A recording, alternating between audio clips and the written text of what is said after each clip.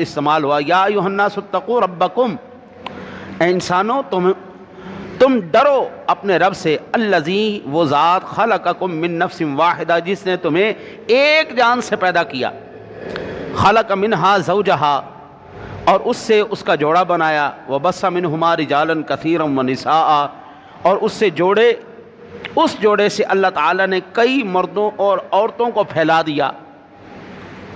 اس آیہ مبارکہ میں بھی اللہ نے رب کا لفظ استعمال کیا ہے۔ اللہ وحدہ لا شریک نے انسان کی پیدائش کے اس آیہ مبارکہ میں 3 طریقے بتائے ہیں۔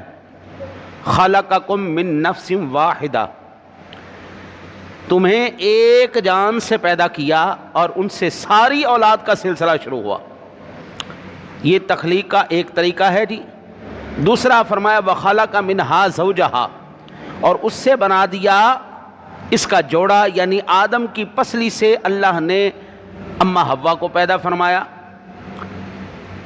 اور اس سے اللہ وحدہ لا شریک نے دوسرا طریقہ ارشاد فرمایا۔